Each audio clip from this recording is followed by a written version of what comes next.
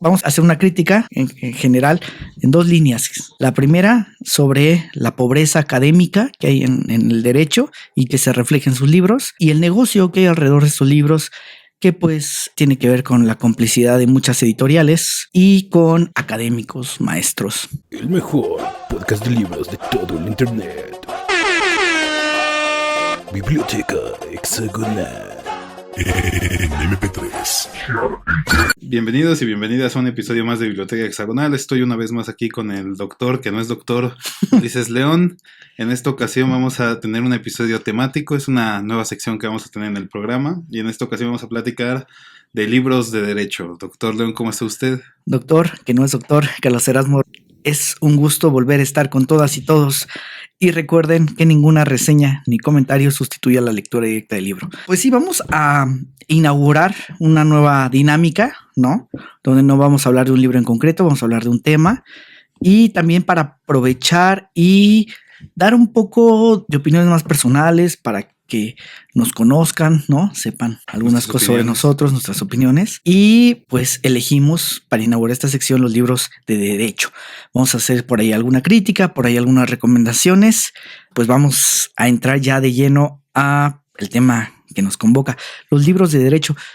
Para quienes nos escuchan en Spotify, pues Carlos viene vestido. Uniformado, trae su chamarra de la Facultad de Derecho, de donde somos ilustres egresados, sí, orgullosos egresados. Del Pilar de la UNAM. Hace ya, ¿qué será, Carlos? 10 años que estudiamos por allá. Ajá, más o menos. Y precisamente porque estudiamos allá, pues sufrimos este tipo de libros, la mayoría de estos libros, y parte del objetivo de este programa, pues es como una alerta a los estudiantes, a todos los que estén estudiando Derecho y que nos escuchen, pues decirles, advertirles desde ahorita, si pueden no comprarlos, no gasten su dinero en eso, ¿no? Sí, no. Léanlos en PDF, como decía fuera del aire Carlos, a que los de la biblioteca no los compren, ¿no? Y entonces vamos a hacer una crítica en general en dos líneas, ¿no, Carlos? Sí. La primera sobre la pobreza académica que hay en el derecho y que se refleja en sus libros, y el negocio que hay alrededor de estos libros, que pues tiene que ver con la complicidad de muchas editoriales y con pues académicos, maestros, ¿no? Entonces, vamos a empezar por el primero de los temas, Carlos, la pobreza académica. ¿Cómo ves esto? Bueno, pues para empezar, creo que eso de la pobreza académica, más que nada nos referimos a eso con que los libros, su contenido es sobre todo un comentario a la ley, ¿no? La gran mayoría de estos libros son un comentario a la ley, en el sentido de que el Código Civil dice esto y el autor te va a decir, efectivamente, el Código Civil dice eso. Estás comprando una ley muy cara. Ajá, sí. Podrías imprimir la ley y sería lo mismo, ¿no? Sí, exacto, sí. O sea, y salvo que tengas alguna duda de algo, pero consúltalo, ¿no? Por ejemplo, dice el Código Penal, no robarás, ¿no? Y el autor pone, aquí el código, la ley no señala que está prohibido el delito del robo, ¿no? Cosas así. Sí. Cosas así muy... Pura tautología ahí. Muy obvias, ¿no? Exacto. Y la mayoría de los libros son así muy reiterativos del contenido de la ley. Por supuesto, vamos a hablar de sus excepciones al final, pero esa es un poco la regla, ¿no? Y hay ahí por ahí un autor que alguna vez los dos leímos. No voy a decir el nombre porque seguramente si llega al derecho... pues dilo. No, es que ya ni me acuerdo, se me fue. Es Gutiérrez y González, ¿te acuerdas? Ah, Gutiérrez y González, sí. Sí, es una autoridad del derecho que te explicaba el derecho a través de sus personajes. Hacía cuentos. Hacía cuentos de derecho, sí. Tenía una vocación ahí de escritor frustrado y pues lo explicaba así, ¿no? Son libros, pues para mí horribles también, pero el punto aquí es ese, ¿no? Hay una pobreza intelectual dentro de estos libros que la mayoría de las veces solo son un comentario a la ley. Una compilación de jurisprudencias, de tesis. Sí, ¿no? Y son interpretaciones pues muy generales también acerca de las cosas, ¿no? Si tú quieres aprender interpretación de un tribunal, pues lánzate a ver la jurisprudencia de ese tribunal, ¿no? Y cerrando un poco esto, porque no, hay una conclusión ahí que no quiero adelantar, que quiero decir hasta el final, pues está este otro lado que tú dices, ¿no? No, pero antes de eso, sí son comentarios a la ley, pero hay una cosa que a mí me parece muy curiosa de estos libros. Igual te has dado cuenta, cuando tienen como una formulita ya prefabricada todos estos libros. Siempre tienen como una parte histórica y siempre ponen Roma, Grecia, Edad Media, México prehispánico, actualidad, del tema que sea. Inteligencia artificial, Edad Media. No. ¿No? Sí. Derecho informático, Edad Media, los mayas, o sea, tienen su Sí, también se maman. tienen su machote Sí, para hacer también libros, se maman, ¿no? Sí, como que, sí, porque luego ya hay un tratado de derechos reales en el México prehispánico. ¿De qué estás hablando, No, güey? o sea, cosas realmente bien bárbaras, ¿no? Sí, o como es. Bien surreales que se echan aquí en sus libros, que ni al caso, ¿no? Y bueno, como dices, la mayoría pues sí son comentarios a la ley, siguen el orden, en sus capítulos siguen el orden del orden de la código. ley, del código. Pues no traen nada, ¿no? Eso, la mayoría, como dices, Carlos, que un 99%. Sí, un 99%. Pero Y hay otros libros, pero no sé si vas tú para allá. No, síguele. vamos Sí. primero al negocio. El negocio, sí. Sí, porque hay 2, 3 editoriales ahí que, ay, pues ya, güey, Porrúa. Porrúa es una de ellas. Porrúa. También Oxford University Press, que que Ajá. yo tengo entendido que no tiene nada que ver con Oxford, pero así se llama. Sí, no quiere decir que la Universidad de Oxford le dio la palomita, ¿no? Sí, o esté metida aquí en fabricar libros feos de derecho. Sí, para que no se vayan con la pinta, no nada más tiene el nombre, no vayan a pensar que tiene el visto bueno de los ingleses. Sí, y también recientemente Tirando Blanche. Esa porquería de Tirando Blanche. No sé también. qué es peor, si los Porrúa o los Tirando Blanche. Y esos, No. ¿Y por qué decimos que hay un negocio? Porque muchos profes te van a decir, no, es que tienes que comprar este libro, tienes que comprar aquel libro, ¿no? Y siempre te van a referir a eso. Es que el examen va a estar basado en mi libro, ¿no? Sí. Y entonces ahí estás tú como pendejo, ahora sí que buscando el libro ya sea en biblioteca o desgraciadamente pues cayendo en esta compra, ¿no? Exactamente. Y esas editoriales desafortunadamente pues viven gran parte de eso, ¿no? Y ese negocio también es un negocio tristemente de la investigación y de la academia, en el sentido de que hay profesores de carrera, investigadores incluso, a quienes pues CONACYT o las instituciones donde están les exigen publicaciones.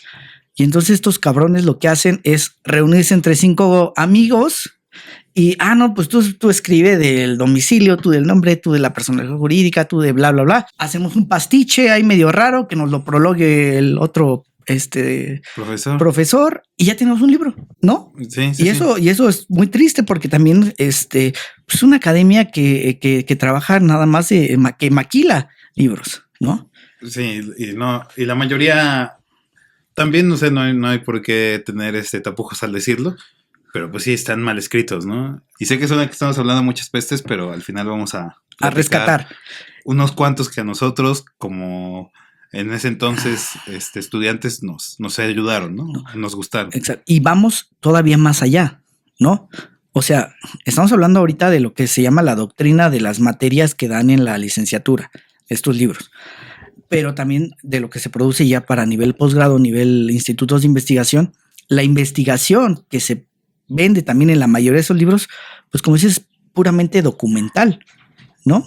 Comentarios, tal vez ya no ley, pero comentarios a la sentencia, ¿no? Entonces, comentarios al proceso legislativo. Entonces, siguen siendo esta misma tara que se repite, ¿no? De que no, que también se debe, yo creo, Carlos, tú que estuviste en el Colmex podrás decirlo mejor, pero por ejemplo en la UNAM no tenemos una buena formación metodológica en métodos que puedan aportar más a la disciplina jurídica, como por ejemplo los métodos cuantitativos, que tanto le harían falta a una investigación jurídica. No hay. Sí, exacto. Por ejemplo, y nada más, este es para uno de los que rescatan las cosas, ¿no?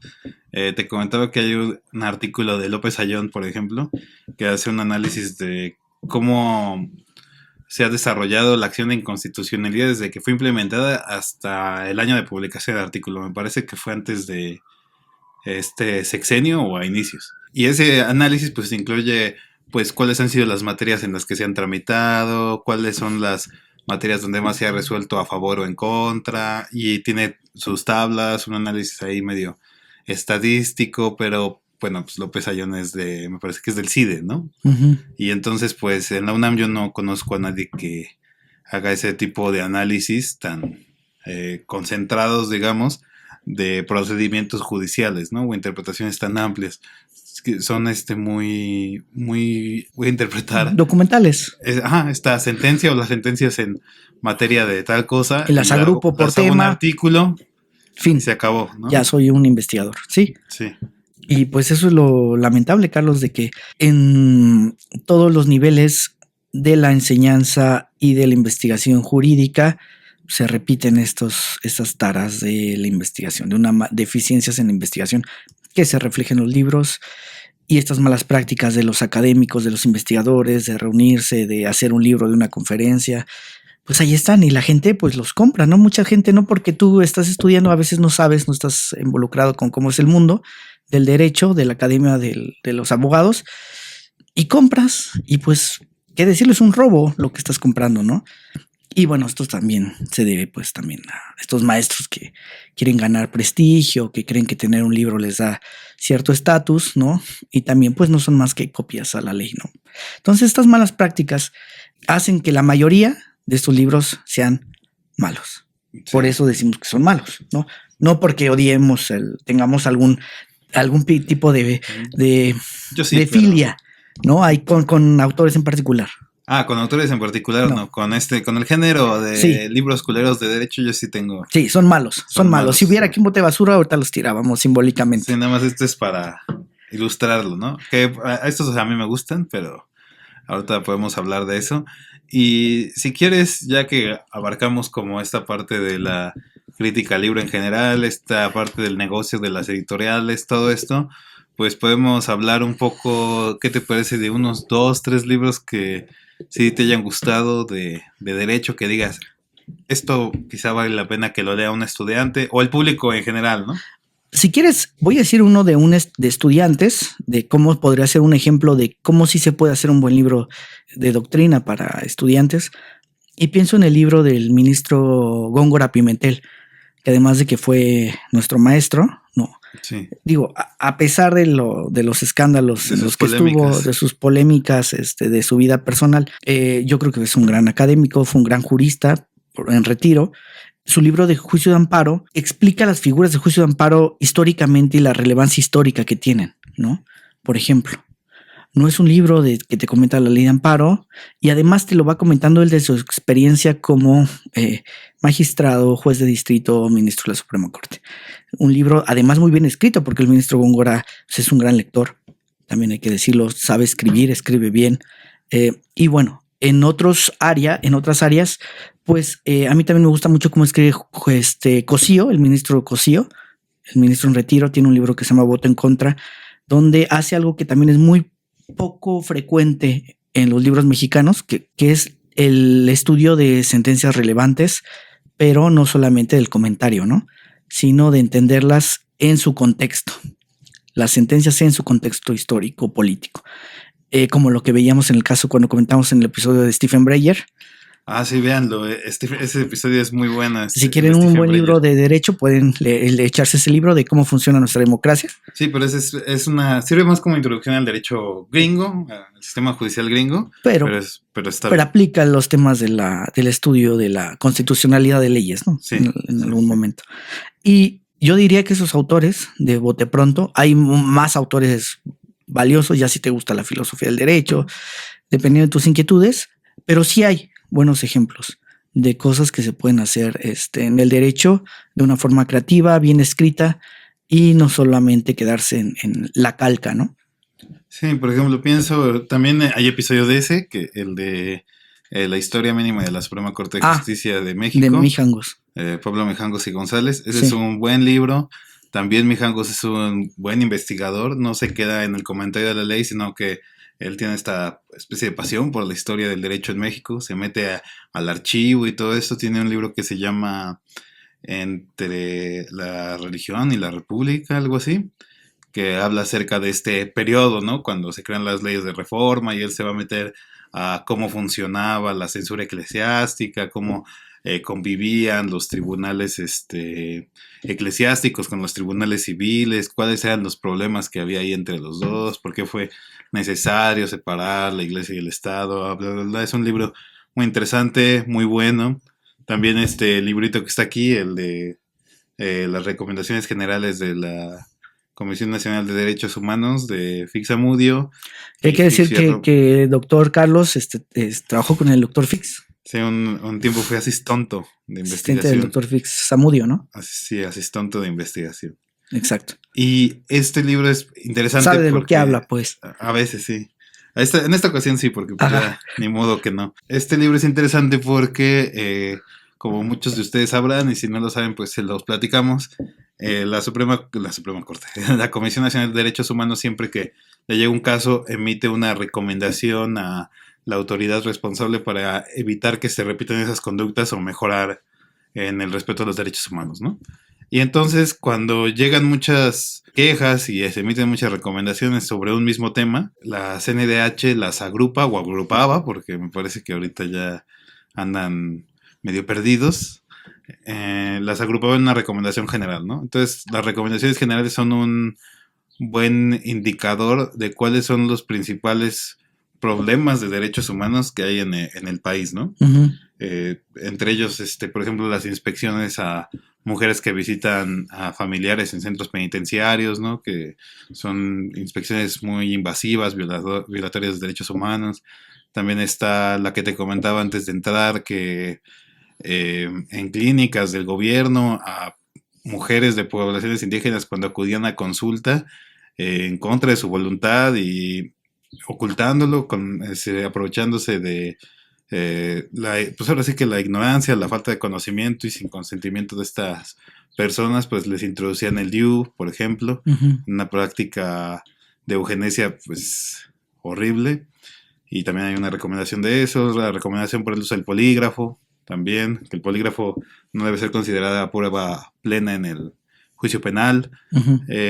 Y muchas otras de esas, ¿no?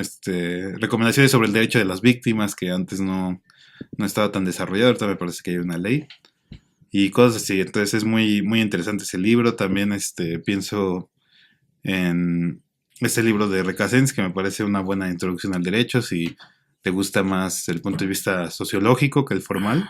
Y creo que con eso podremos un poco concluir, ¿no? Creo que ya dimos una idea de que hay libros pues respetables, que hay mucha gente que en la academia que de verdad se esfuerza, pero que desafortunadamente es una minoría muy pequeña, ¿no? Sí, invitarlos a que traten de buscar estos pocos libros, sí los hay.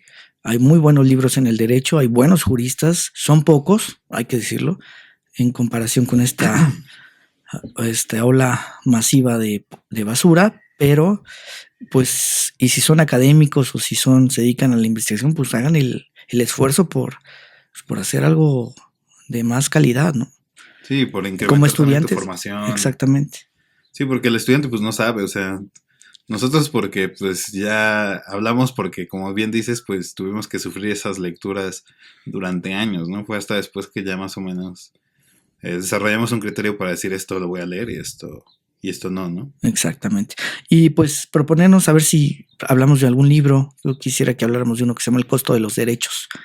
Pero bueno. Hay varios ahí en el tintero. Estábamos pensando también en una teoría de la justicia, el de Rawls. Sí, también. Hay que agendarlo también. Quizás Justicia para erizos de Dworkin. También. Sí, hay libros muy interesantes en derecho también. De derecho en el canal comentamos el libro de Martha Nussbaum, Justicia Poética también, por si lo quieren ver. Ahí está la relación Derecho y Literatura, que también somos un poco muy críticos de... Vamos a hacer un capítulo de eso próximamente. Sí, lo vamos a actualizar porque no... Vamos a hacer otro sí, no otro ángulo. Bien. Es otro ángulo. Sí, otro ángulo, sí. ¿No? Ya más actualizado a lo que pensamos ahora y nuestras lecturas posteriores sobre ese tema, ¿no? Sí, claro. Pero creo que hemos olvidado un poquito a nuestra audiencia. Nos han comentado algunas cosas en los últimos días sobre varios de los episodios, pero pues vamos a comentar algunos rápidamente, ¿no? Sí, rápido, nada más para que vean que no los ignoramos. Y el primero es no voy a decir el nombre, pero... ¿El usuario? No voy a decir el nombre del usuario, ya nos lo comentaron ahí en TikTok. Es acerca del episodio pasado, que fue el de Hannah Arendt, el de Eichmann en Jerusalén. Dice, muy buen libro de Arendt, aún no lo leo. La otra semana empieza La condición humana, sí. Valedor empieza La condición humana y lee todo Arendt, porque la verdad sí vale la pena. Y así es la condición humana, a grandes rasgos, trata de que hay 3 tipos de acciones que puede hacer el ser humano, ¿no? Y el más importante es la acción, ¿no? Lo que define al ser humano, y la acción es lo que hace la política, ¿no? Esa es un poco la idea. Y la acción, como cada uno de nosotros es un ser nuevo en el mundo, las acciones que podamos hacer son nuevas en el mundo, ¿no? Cada ser humano trae novedad al mundo, ¿no? Eso es parte de lo bonito del libro, pero luego lo platicamos si quieres, sí, a grandes rasgos, pero Okay. sí, se recomienda también ese libro.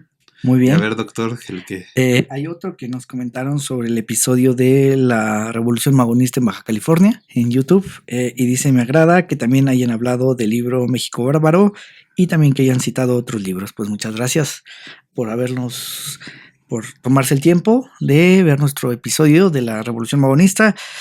Hay que regresar también al tema de la historia de México, ¿no? También hay que tenerlo sobre la mesa. A ver, tenemos pendiente el tema de del Laboratorio de la Revolución en Tabasco, ¿no?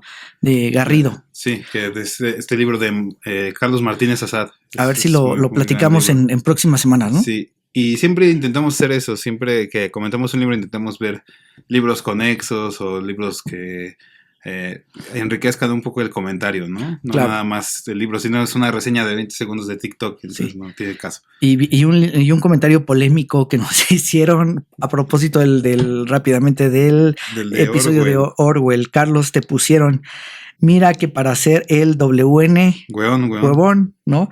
Que sus padres le pagaron su carrera y le financiaron toda su vida, decir esas weas.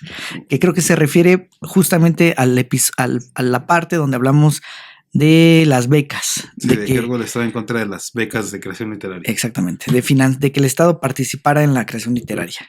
Sí, pues, un comentario rápido, nada más. Nada más, pues que eres un irresponsable, como que tus papás te pagaron tu carrera y no encontraste una chamba a los 6 años para empezar a financiarte tus estudios. No, pues creo que es muy compleja esa situación aquí en México, sobre todo, porque son recursos públicos, pero yo no sé tú si sepas, pero me parece que esas decisiones no son tan transparentes a veces. Y a veces ocurre que por ahí te enteras de que hay ciertos becados que hacen ciertas cosas que dices, mis impuestos no deberían financiar esto, ¿no? Valdría también la pena hablar algún día, ya sea entre los dos o en una estantería, el tema de pues el uso de recursos públicos en la literatura, ¿no? Sí, de también estas becas, ¿no? Las becas. Sí, aquí son, no sé de dónde sea la persona que nos comentó, pero aquí son un tema, no polémico, pero sí hay cosas que sí son discutibles, ¿no? Discutibles, sí. Sí, no. Quien se acuerde, y si no, búsquenlo para echarse una buena carcajada, pues está el tema de los poemojis. Exacto. Que a Ulises le gustaron mucho, le encantaron. Soy fan de los poemojis. Y eso, pues, originalmente estaba financiado por dinero público. No, nada en contra del autor, pero no sé por qué el Estado debería financiar eso. Opinión muy personal. Claro, sí, completamente de acuerdo. Agradecemos a todas y todos que nos escriben. Igual, si quieren que platiquemos de algún tema, recuerden que pues procuramos en la medida de lo posible contestar todos los comentarios, ¿no? Y entonces, pues, si quieren alguna recomendación crítica, no hay censura, adelante. Y creo que con esto podemos dar por concluido este episodio, doctor León. Pues gracias a todas, a todos quienes se toman un tiempo del día para escucharnos hablar de libros. Muchas gracias, doctor Carlos Erasmo.